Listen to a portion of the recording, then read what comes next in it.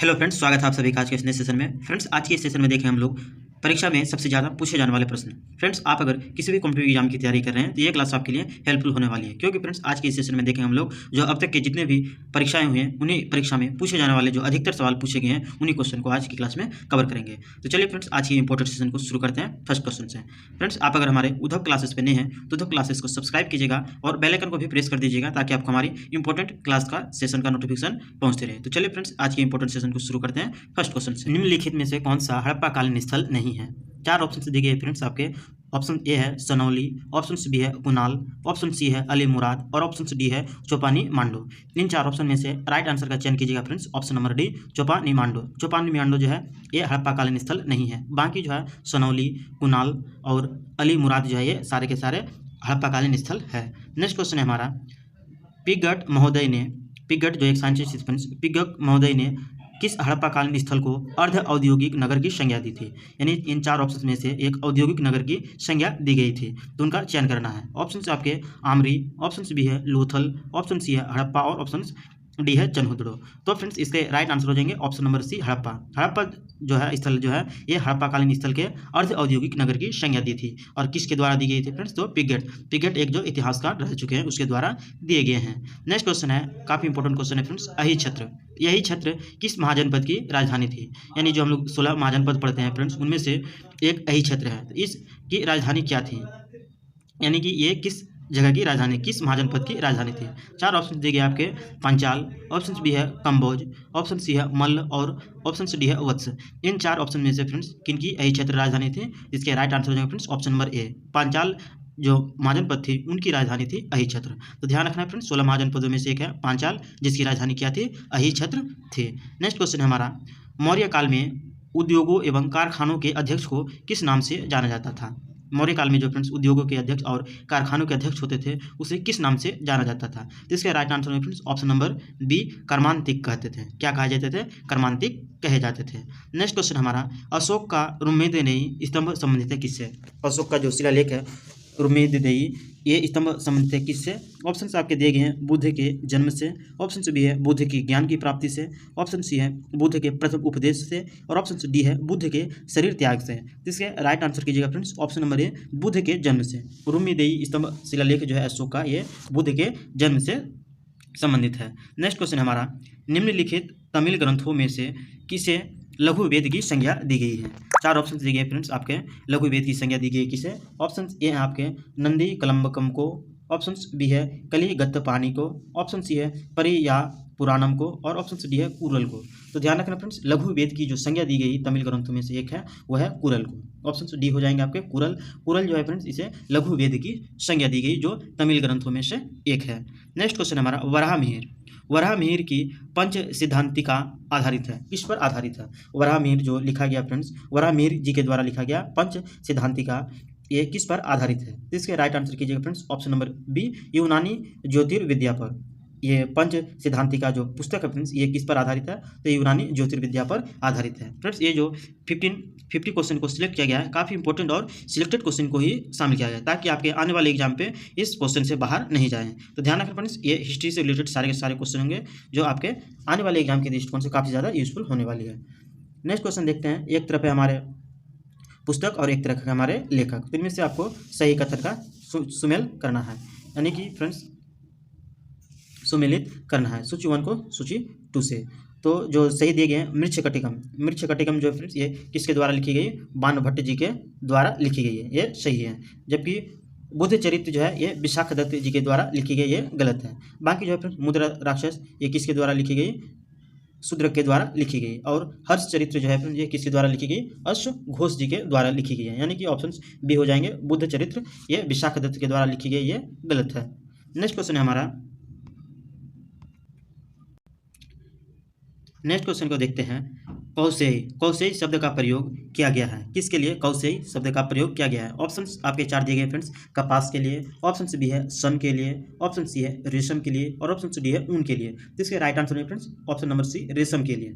कौशेयी शब्द जो है ये किसके लिए प्रयुक्त हुए हैं? तो रेशम के लिए प्रयुक्त हुए हैं। नेक्स्ट क्वेश्चन है, विरूपाक्ष मंदिर किस राजवंश से संबंधित है? विरूपाक्ष मंदिर जो है फ्रेंड्स ये किस राजवंश से संबंधित है? ऑप्शन दिए गए आपके, सातवाहन वंश, चालुक्य वंश, पल्लव वंश और राष्ट्रकूट वंश। इसके जो विरूपाक्ष मंदिर है फ्रेंड्स, ये किस वंश से संबंधित है? तो आंसर हो जाएंगे आपके चालुक्य वंश। चालुक्य वंश से संबंधित है विरूपाक्ष मंदिर। नेक्स्ट क्वेश्चन है हमारा, सल्तनतकालीन लेखक मिन्हाज उस सिराज की प्रमुख रचना क्या है? सल्तनत काल में जो प्रसिद्ध लेखक हुआ करते थे मिन्हाज उस रियाज, इसकी प्रमुख रचना क्या है? 4 ऑप्शन दिए गए हैं आपके, किताब उल हिंद, ऑप्शन बी है तबकात ए नासिरी, ऑप्शन सी है फतवा ए जहांगीरी और ऑप्शन डी है मिफ्ता ए उल फतह। इसके राइट आंसर हो जाएंगे फ्रेंड्स सल्तनत कालिक जो मिन्हा उस सिराज थे ये तहकात ए नासिरी की रचना की थी, यानी ऑप्शन हो जाएंगे आपके हमारे ऑप्शन नंबर बी, तहकात ए नासिरी के लेखक हो जाएंगे मिन्हाज उस सिराज।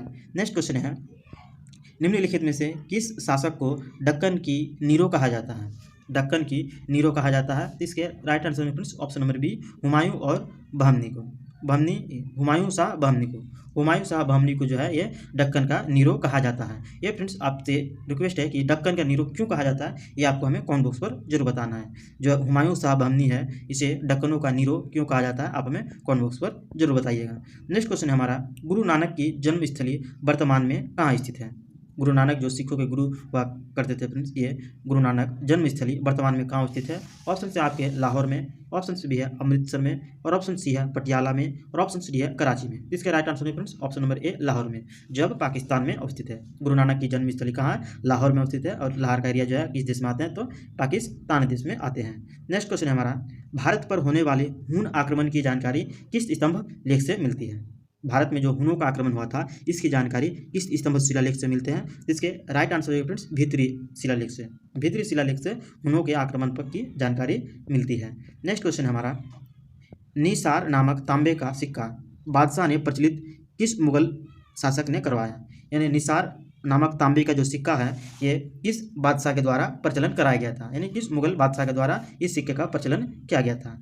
ऑप्शन से आपके शाहजहां, औरंगजेब, ऑप्शन सी है अकबर और ऑप्शन डी है जहांगीर। इसके राइट आंसर कीजिएगा friends option number D, Jahangir. Jahangir के द्वारा निसार नामक सिक्के का प्रचलन किया गया था। ध्यान रखना फ्रेंड्स, निसार नामक सिक्के का प्रचलन किसके द्वारा किया गया था? जहांगीर के द्वारा किया गया था।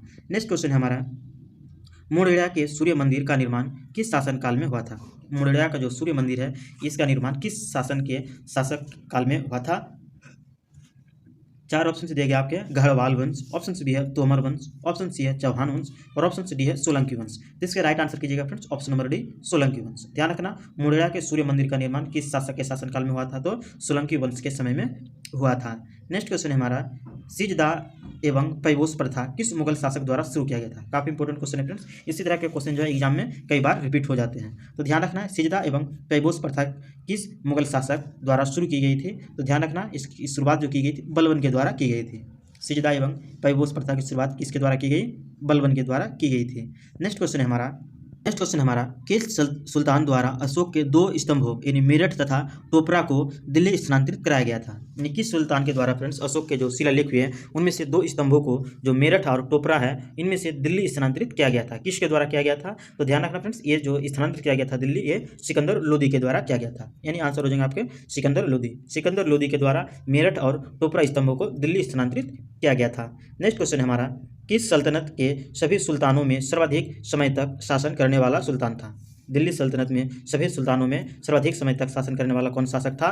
ऑप्शन से आपके फ्रेंड्स बहलुल लोदी, ऑप्शन से बी है अलाउद्दीन खिलजी, ऑप्शन सी है मोहम्मद बिन तुगलक और ऑप्शन से डी है गयासुद्दीन बलबन। इसके राइट आंसर है friends option number A, Bahlul Lodi. Bahlul Lodi जो है दिल्ली सल्तनत में सभी सुल्तानों में सर्वाधिक समय तक शासन करने वाला सुल्तान था। नेक्स्ट क्वेश्चन है, खाद्यान्नों की कृषि सर्वप्रथम प्रारंभ हुई थी? खाद्यान्नों जो हम लोग खाते हैं अन्न के रूप में, इसकी कृषि सर्वप्रथम कब प्रारंभ हुई थी? ऑप्शन से दिए गए आपके नवपाषाण काल में, ऑप्शन से भी है पूरा पाषाण काल में, ऑप्शन सी है मध्य पाषाण काल में और ऑप्शन से डी है प्रागैतिहासिक काल में। इसके राइट आंसर हो जाएगा फ्रेंड्स ऑप्शन नंबर ए, नवपाषाण काल में। नवपाषाण काल में खाद्यान्नों की कृषि का प्रारंभ हुआ था। नेक्स्ट क्वेश्चन है, किस मुगल शासक के शासनकाल में फारसी द्वारा शुरू भाषा में भारतीय शास्त्रीय संगीत पर सर्वाधिक पुस्तकें लिखी गई है? यानी उस शासक का चयन करना फ्रेंड्स जिसके समय में फारसी भाषा द्वारा शुरू भाषा में, या थोड़ा लाइन मिस प्रिंट है फ्रेंड्स, ध्यान रखना, फारसी भाषा में भारतीय शास्त्रीय संगीत पर सर्वाधिक पुस्तकें लिखी गई। तो इसके जो है किसके साथ में क्या हो जाएंगे फ्रेंड्स? ऑप्शन से आपके अकबर के समय में, ऑप्शन बी है शाहजहां के समय में और ऑप्शन सी है जहांगीर के समय में और ऑप्शन से डी है औरंगजेब के समय में। तो ध्यान रखना फ्रेंड्स, औरंगजेब के समय में फारसी के द्वारा भाषा में शास्त्रीय संगीत पर सर्वाधिक पुस्तकें लिखी गई थी। नेक्स्ट क्वेश्चन है हमारा, नटराज प्रतिमा का संबंध किस राजवंश से है? नटराज की जो मूर्ति अवस्थित है फ्रेंड्स, ये नटराज प्रतिमा का संबंध किस राजवंश से संबंधित है? ऑप्शन से आपके चोल वंश से, ऑप्शन से बी है चालुक्य वंश से, ऑप्शन सी है पल्लव वंश से और ऑप्शन सी डी है राष्ट्रकूट वंश से। इसके राइट आंसर है फ्रेंड्स ऑप्शन नंबर ए चोल वंश से। नटराज की जो प्रतिमा है ये किस राजवंश से संबंधित है? तो चोल राजवंश से संबंधित है। नेक्स्ट क्वेश्चन है, बाबर ने सर्वप्रथम पातशाह की पदवी धारण की थी। बाबर ने सर्वप्रथम पातशाह की पदवी जो धारण की थी तो किसके उपलक्ष्य में? फरगना में उपलक्ष्य में, या फिर दिल्ली विजय के उपलक्ष्य में, या फिर काबुल विजय के उपलक्ष्य में, या फिर समरकंद के उपलक्ष्य में? तो इसके राइट आंसर है friends option number B Delhi में। बाबर ने सर्वप्रथम पातशाह की उपाधि धारण की थी कहाँ पे? तो दिल्ली में धारण की थी। नेक्स्ट क्वेश्चन है हमारा, प्राचीन भारत में मेहरगढ़ क्या था? प्राचीन भारत के समय में मेहरगढ़ क्या था? ये जो चार ऑप्शन दिए गए फ्रेंड्स, इसके राइट आंसर हो जाएंगे ऑप्शन नंबर सी नवपाषाण स्थल। नवपाषाण स्थल जो थे यानी एक जगह थे मेहरगढ़ जो नवपाषाण स्थल है। प्राचीन भारत में मेहरगढ़ क्या था?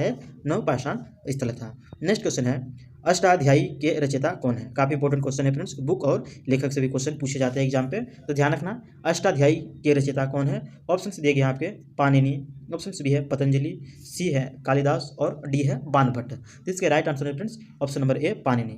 अष्टाध्यायी किसके द्वारा लिखी गई है? पाणिनि के द्वारा लिखी गई है। फ्रेंड्स आपको अगर हमारी हिस्ट्री से रिलेटेड इंपॉर्टेंट क्वेश्चन का सेशन अगर पसंद आ रही है तो वीडियो को एक लाइक और एक शेयर अवश्य कीजिएगा। साथ ही फ्रेंड्स आप अगर हमारे उद्धव क्लासेस पे नए हैं तो उद्धव क्लासेस को सब्सक्राइब कीजिएगा और बेल आइकन को भी प्रेस कर दीजिएगा ताकि आपको हमारे इंपॉर्टेंट सेशन का नोटिफिकेशन आप तक पहुंचते रहे। चलिए फ्रेंड्स नेक्स्ट क्वेश्चन को देखते हैं। नेक्स्ट क्वेश्चन हमारा, रेशम बुनकरों की श्रेणी का उल्लेख निम्नलिखित में से किस अभिलेख में मिलता है? रेशम बुनकरों की श्रेणी का उल्लेख निम्न में से किस अभिलेख में मिलता है? तो इसके राइट आंसर है friends option number D Mandsaur अभिलेख में। मंदसौर अभिलेख में रेशम बुनकरों की श्रेणी का उल्लेख मिलता है। नेक्स्ट क्वेश्चन है, हड़प्पा संस्कृति के संदर्भ में निम्नलिखित में से कौन सा कथन असत्य है? यानी कि चार ऑप्शन दिए गए फ्रेंड्स, इनमें से जो है एक असत्य कथन है उसका चयन करना है। बाकी फ्रेंड्स असत्य कथन को छोड़कर सत्य कथन जान लेते हैं हड़प्पा संस्कृति के बारे में। ऑप्शन बी हो जाएंगे इसके राइट आंसर, यानी कि ऑप्शन बी है जो ये असत्य कथन है तो इसको ध्यान नहीं करना है। बाकी जो राइट आंसर है यानी सही कथन है उसको जानते हैं। इस संस्कृति के लोगों ने सबसे पहले कपास का उत्पादन किया। ध्यान रखना है, हड़प्पा संस्कृति के लोगों ने सर्वप्रथम किसका उत्पादन शुरू किया? तो कपास का उत्पादन शुरू किया। और ऑप्शन सी है, इस काल के लोग तिल और सरसों का उत्पादन करते थे। तो ध्यान रखना, हड़प्पा संस्कृति के लोग जो है ये कपास का और तिल का और सरसों का उत्पादन भी करते थे। और ऑप्शन डी है, कालीबंगा में जूते हुए खेत के अवशेष मिले हैं। यानी कालीबंगा जो स्थल था उनमें से जो है खेत जूते हुए खेत के अवशेष मिले हैं, यह कथन आपको ध्यान रखना है। नेक्स्ट क्वेश्चन है, निम्नलिखित कथनों पर विचार कीजिए। यह क्वेश्चन थोड़ा लंबा है फ्रेंड्स तो ध्यान रखना, इनमें से जो है निम्न कथनों पर विचार कीजिए, यानी आपको उपयुक्त में से कौन से कथन सही है उसका चयन करना है। तो इसके जो सही कथन होंगे फ्रेंड्स ऑप्शन नंबर डी हो जाएंगे, यानी तीनों के तीनों कथन जो है ये सही है। यानी कि ह्वेनसांग के आगमन के समय पाटलिपुत्र खंडहर में बदल चुका था। सही बात है, ह्वेनसांग के आगमन के समय पाटलिपुत्र जो शहर हुआ करता था जो वर्तमान में पटना के नाम से प्रसिद्ध है, ये खंडहर में बदल चुका था। और ऑप्शन दो है, मौर्य काल में फुहार समुद्र तट पर बसा नगर था। मौर्य काल में जो है फुहार ये समुद्र तट पर बसा एक नगर था। और ऑप्शन तीन है, मौर्य काल में मथुरा व्यावसायिक तथा सांस्कृतिक गतिविधियों का केंद्र था। यानी तीनों का तीनों कथन जो है फिर ये सही है। तो ध्यान रखना, मौर्य काल में मथुरा जो था एक व्यावसायिक तथा सांस्कृतिक गतिविधियों का केंद्र था। नेक्स्ट क्वेश्चन है, वैदिक काल में वज्रपति पद किसके लिए प्रयुक्त हुआ है? वैदिक काल जो चल रहा था फ्रेंड्स प्राचीन समय में, उस समय वैदिक काल में वज्रपति पद किसके लिए प्रयुक्त हुआ था? वज्रपति पद किसके लिए प्रयुक्त हुआ था? तो उसके ऑप्शन हो जाएंगे फ्रेंड्स ऑप्शन नंबर डी, इनमें से कोई नहीं, यानी किसी के लिए प्रयुक्त नहीं हुआ था। नेक्स्ट क्वेश्चन हमारा, वैदिक काल के राजनीतिक संगठन को बढ़ते क्रम में व्यवस्थित कीजिए। वैदिक काल में जो राजनीतिक संगठनों का बढ़ते क्रम में व्यवस्थित कीजिए, यानी इसका राजनीतिक क्रम जो होता है फ्रेंड्स इसको बढ़ते क्रम में व्यवस्थित करना है। तो इसके राइट आंसर है friends option number B Kulgram, उसके बाद विष, उसके बाद जन राष्ट्र। सबसे पहले ग्राम विष आएंगे, उसके बाद में जन राष्ट्र आएंगे। वैदिक काल में ये श्रेणी हो जाएंगे, बढ़ते क्रम में श्रेणी हो जाएंगे। सबसे पहले आएंगे हमारे कुल, ग्राम, विष और जन राष्ट्र। नेक्स्ट क्वेश्चन है, सुमिलित करना है। एक तरफ है हमारे राज्य और एक तरफ है हमारे राजधानी। इसके जो दिए गए फ्रेंड्स ऑप्शन है आपके मल्ल, चंपा, और ऑप्शन बी है अंग, पोटन, ऑप्शन सी है अस्मक और कुशीनारा, और ऑप्शन डी है वत्स और कौशाम्बी। इसके राइट आंसर कीजिएगा फ्रेंड्स ऑप्शन नंबर ए, यानी कि 3, 1, 2, 4, यानी कि मल्ल की राजधानी हो जाएंगे हमारे कुशीनारा। मल्ल की राजधानी हो जाएंगे कुशीनारा। और ऑप्शन सी भी है अंग, अंग की राजधानी हो जाएंगे फ्रेंड्स चंपा। और ऑप्शन सी है अस्मक, अस्मक की राजधानी हो जाएंगे हमारे पोटन। और ऑप्शन सी डी है वत्स, वत्स की राजधानी हो जाएंगे फ्रेंड्स हमारे कौशाम्बी। तो ध्यान रखना, मल्ल की राजधानी हो जाएंगे कुशीनारा, अंग की राजधानी हो जाएंगे चंपा, और ऑप्शन सी है अस्मक, अस्मक की राजधानी हो जाएंगे पोटन, और वत्स की राजधानी हो जाएंगे फ्रेंड्स कौशाम्बी। नेक्स्ट क्वेश्चन को देखते हैं, प्रथम बौद्धिक संगीति के संदर्भ में कौन सा कथन सत्य है। प्रथम बौद्ध संगीति जो हुआ था इसके बारे में सही कथन का चयन करना है। इसके जो सही कथन है फ्रेंड्स, ऑप्शन नंबर ए, यह 483 ईस्वी पूर्व हुई थी। ऑप्शन बी है यह पाटलिपुत्र में संपन्न हुई थी, और ऑप्शन डी है इसके अध्यक्ष सभाकामी थे। इसके राइट आंसर कीजिएगा फ्रेंड्स, ऑप्शन नंबर ए केवल एक, यानी कि यह जो है 483 ईस्वी पूर्व हुई थी, ये कथन सही है। और बाकी जो ऑप्शन 2 और 3 है ये कथन गलत है, यानी कि ये पाटलिपुत्र में संपन्न नहीं हुई थी और इसके अध्यक्ष भी सभाकामी नहीं थे। यानी कि केवल ध्यान रखना फ्रेंड्स, प्रथम बौद्ध संगीति जो हुआ था 483 ईस्वी पूर्व में हुआ था। नेक्स्ट क्वेश्चन है, जैन धर्म के पहले तीर्थंकर कौन हुए। काफी इंपॉर्टेंट क्वेश्चन है फ्रेंड्स, इसी तरह के एग्जाम में क्वेश्चन रिपीट हो जाते हैं कई बार। ऐसे तो सारे के सारे क्वेश्चन इंपॉर्टेंट है ही है एग्जाम की दृष्टि से, लेकिन कुछ क्वेश्चन जो है फ्रेंड्स ये रिपीट हो जाते हैं कई बार। तो ध्यान रखना है, जैन धर्म के पहले तीर्थंकर कौन हुए। ऑप्शन से आपके अजितनाथ, ऑप्शन बी है महावीर, ऑप्शन सी है ऋषभदेव, और ऑप्शन डी है पार्श्वनाथ। जिसके राइट आंसर है friends option number C Rishabhdev. Jain धर्म के जो प्रथम तीर्थंकर हुए थे कौन हुए थे, ऋषभदेव हुए थे। नेक्स्ट क्वेश्चन है, बुद्ध ने सर्वाधिक उपदेश दिए थे, यानी कि किस स्थान में फ्रेंड्स सर्वाधिक बुद्ध ने उपदेश दिए थे। ऑप्शन ए आपके वैशाली में, ऑप्शन बी है कौशाम्बी में, ऑप्शन सी है श्रावस्ती में, और ऑप्शन डी है राजगीर में। तो इसके राइट आंसर है friends option number B Shravasti में। बुद्ध ने सर्वाधिक उपदेश दिए थे श्रावस्ती में। ध्यान रखना, बुद्ध जी के द्वारा सर्वाधिक उपदेश दिए थे कहाँ दिए थे, तो श्रावस्ती में उपदेश दिए थे। नेक्स्ट क्वेश्चन है हमारा, मौर्य काल में धर्मस्थली क्या था। मौर्य काल में जो धर्मस्थली शब्द है ये क्या था। तो इसके राइट आंसर है फ्रेंड्स ऑप्शन नंबर डी, एक दीवानी अदालत थी। धर्मस्थली जो है ये क्या थी, एक दीवानी अदालत थी। ध्यान रखना है, मौर्य काल में धर्मस्थली क्या था, एक मौर्य अदालत, एक दीवानी अदालत थी। नेक्स्ट क्वेश्चन है, अशोक के समय उत्तरापथ की राजधानी क्या थी। अशोक के समय में उत्तरापथ की राजधानी क्या थी, यानी उत्तरापथ जो थी एक राज्य थी फ्रेंड्स। इसकी राजधानी का चयन करना है। तो इसके ऑप्शन से आपके तक्षशिला, ऑप्शन बी है सुवर्णगिरी, और ऑप्शन सी है पाटलिपुत्र, ऑप्शन डी है तोसली। इसके राइट आंसर है फ्रेंड्स ऑप्शन नंबर ए तक्षशिला। तक्षशिला जो राजधानी हुआ करती थी, किस राजधानी हुआ करती थी, उत्तरापथ की राजधानी हुआ करती थी। नेक्स्ट क्वेश्चन है, निम्नलिखित में से किस शासक ने प्रसिद्ध सुदर्शन झील का जीर्णोद्धार किया था। 4 ऑप्शन दिए गए आपके, उस शासक का चयन करना है जिसने प्रसिद्ध सुदर्शन झील है इसका जीर्णोद्धार किया था, यानी मरम्मत कराया था। ऑप्शन ए है आपके रुद्रदामन प्रथम, ऑप्शन बी है रुद्रदामन द्वितीय, ऑप्शन सी है अशोक, और ऑप्शन डी है चंद्रगुप्त। इसके राइट आंसर कीजिएगा फ्रेंड्स ऑप्शन नंबर ए रुद्रदामन प्रथम। रुद्रदामन प्रथम जो है प्रसिद्ध जो सुदर्शन झील है इसका जीर्णोद्धार किया था। नेक्स्ट क्वेश्चन हमारा, नालंदा विश्वविद्यालय की स्थापना किस शासक के द्वारा की गई थी। नालंदा विश्वविद्यालय जो स्थित है फ्रेंड्स वर्तमान में बिहार राज्य में, इसकी स्थापना किस शासक के द्वारा की गई थी। 4 ऑप्शन दिए गए हैं, कुमारगुप्त के द्वारा, और ऑप्शन बी है कुमारगुप्त प्रथम के द्वारा, ऑप्शन सी है चंद्रगुप्त द्वितीय के द्वारा, और ऑप्शन डी है समुद्रगुप्त के द्वारा। जिसके राइट आंसर है friends option number A, sorry friends option number B हो जाएंगे, कुमारगुप्त प्रथम के द्वारा किया गया था। तो ध्यान रखना, नालंदा विश्वविद्यालय की स्थापना किस शासक के द्वारा की गई, तो कुमारगुप्त प्रथम के द्वारा की गई है। फ्रेंड्स आपको अगर हमारी ऑब्जेक्टिव जीके की क्लास अगर पसंद आ रही है तो वीडियो को एक लाइक और एक शेयर अवश्य कीजिएगा, क्योंकि फ्रेंड्स वीडियो को बनाने में बहुत मेहनत आती है फ्रेंड्स, और आपके वीडियो को लाइक और शेयर करने से ही हमें मोटिवेट मिलता है और वीडियो बनाने में आसानी होता है। नेक्स्ट क्वेश्चन है हमारा, निम्नलिखित में से किस राजवंश ने त्रिपक्षीय संघर्ष में भाग नहीं लिया था।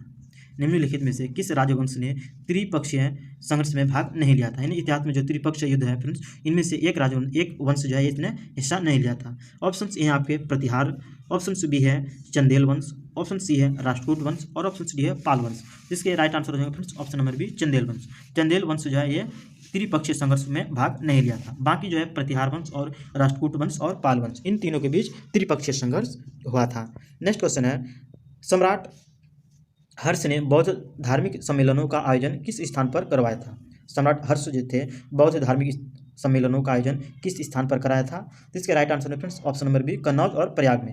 कन्नौज और प्रयाग में बौद्ध धार्मिक सम्मेलनों का आयोजन किया गया था, किसके द्वारा, तो सम्राट हर्ष के द्वारा। नेक्स्ट क्वेश्चन है, निम्नलिखित में से किस चीनी यात्री ने बौद्ध शिक्षा केंद्र नालंदा की यात्रा की। यानी 3 ऑप्शन दिए गए फ्रेंड्स, इनमें से तीनों का तीनों चयन करना है कि इनमें से कौन जो है चीनी यात्री है और बौद्ध शिक्षा केंद्र नालंदा यात्रा की थी, नालंदा विश्वविद्यालय की यात्रा की थी। ऑप्शन से आपके ट्रेन सॉन्ग, ऑप्शन बी है फाइयान, और ऑप्शन 3 है इतिसंग। इसके राइट आंसर है फ्रेंड्स ऑप्शन नंबर डी यानी 1 और 3 यानी कि ट्रेनसोंग और इति सिंह। ट्रेनसोंग और इतिन सिंह जो है ये चीनी यात्री दोनों थे और ये बौद्ध शिक्षा केंद्र नालंदा की यात्रा की थी। नेक्स्ट क्वेश्चन है हमारा, निम्नलिखित में से कौन सा पृथ्वीराज चौहान के नाम से प्रसिद्ध है? यानी उस शासक का चयन करना है फ्रेंड्स जो इतिहास में पृथ्वीराज चौहान के नाम से प्रसिद्ध है। ऑप्शन ए आपके पृथ्वीराज प्रथम, ऑप्शन बी है पृथ्वीराज द्वितीय, ऑप्शन सी है पृथ्वीराज तृतीय और ऑप्शन डी है उपरोक्त में से कोई नहीं। इसका राइट आंसर है friends option number C Prithviraj तृतीय। यानी पृथ्वीराज तृतीय जो है वर्तमान में पृथ्वीराज चौहान के नाम से प्रसिद्ध है। नेक्स्ट क्वेश्चन है हमारा, निम्नलिखित में से कौन से चंद्रगुप्त द्वितीय के दरबार में नवरत्नों में शामिल नहीं था? यानी चंद्रगुप्त के जो दरबार में नवरत्न हुआ करते थे फ्रेंड्स, उनमें से उस शासक का चयन करना है जो नवरत्नों में शामिल नहीं था। जिसके राइट आंसर है फ्रेंड्स ऑप्शन नंबर बी 1 और 3 यानी कालिदास और वराहमिहिर। कालिदास और वराहमिहिर जो थे ये चंद्रगुप्त के दरबार में नवरत्नों में शामिल नहीं थे। बाकी जो है आर्यभट्ट और चरक, आर्यभट्ट और चरक जो थे ये दोनों क्या थे? चंद्रगुप्त द्वितीय के दरबार में नवरत्नों में से शामिल थे। नेक्स्ट क्वेश्चन है, निम्नलिखित में से वीरकल किसे कहा जाता था? वीरकल निम्नलिखित में से वीरकल किसे कहा जाता था? ऑप्शन ए आपके मंदिर को, ऑप्शन बी है औजार को, ऑप्शन सी है स्मारक को और ऑप्शन डी है हथियार को। इसके राइट आंसर है फ्रेंड्स ऑप्शन नंबर ए मंदिर को। मंदिर को जो है ये वीरकल कहा जाता था। तो फ्रेंड्स आज की 50 इंपॉर्टेंट क्वेश्चन का सेशन यहीं से समाप्त हुआ। अब फिर मिलते हैं इसी तरह के इंपॉर्टेंट नेक्स्ट सेशन को लेकर नेक्स्ट वीडियो में। तब तक जाने से पहले फ्रेंड्स आपको अगर हमारी ऑब्जेक्टिव जीके क्लास का सेशन अगर पसंद आया हो तो वीडियो को एक लाइक और एक शेयर अवश्य कीजिएगा। और फ्रेंड्स आप अगर हमारे उद्धव क्लासेस पे नए हैं तो उद्धव क्लासेस को सब्सक्राइब कीजिएगा और बेल आइकन को भी प्रेस कर दीजिएगा ताकि आपको हमारे इंपॉर्टेंट सेशन का नोटिफिकेशन आप तक पहुँचते रहें। अब फिर मिलते हैं इसी तरह के इंपॉर्टेंट सेशन के साथ नेक्स्ट वीडियो में। Thanks for watching.